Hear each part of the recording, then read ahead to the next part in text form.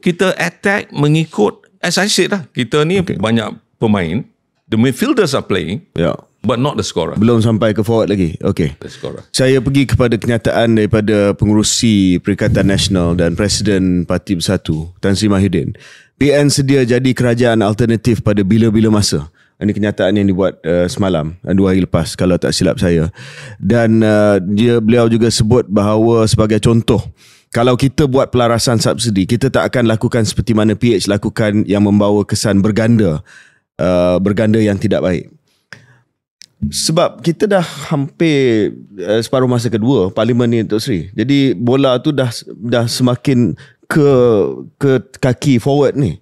Jadi dan bila Tan Sri kata anytime kita ready, so orang pun nak tahulah apa the VC, jangan simpan sampai last minute, orang nak tahu. So for instance, apa yang ni Tan Sri kata, apa yang PN akan buat berkenaan dengan isu subsidi?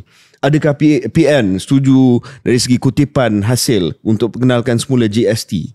Ini baru orang boleh nampak akan ada visi. Adakah Datuk Seri atas sofa KS pada hari ini sedia untuk memberi sedikit gambaran? Ya, boleh.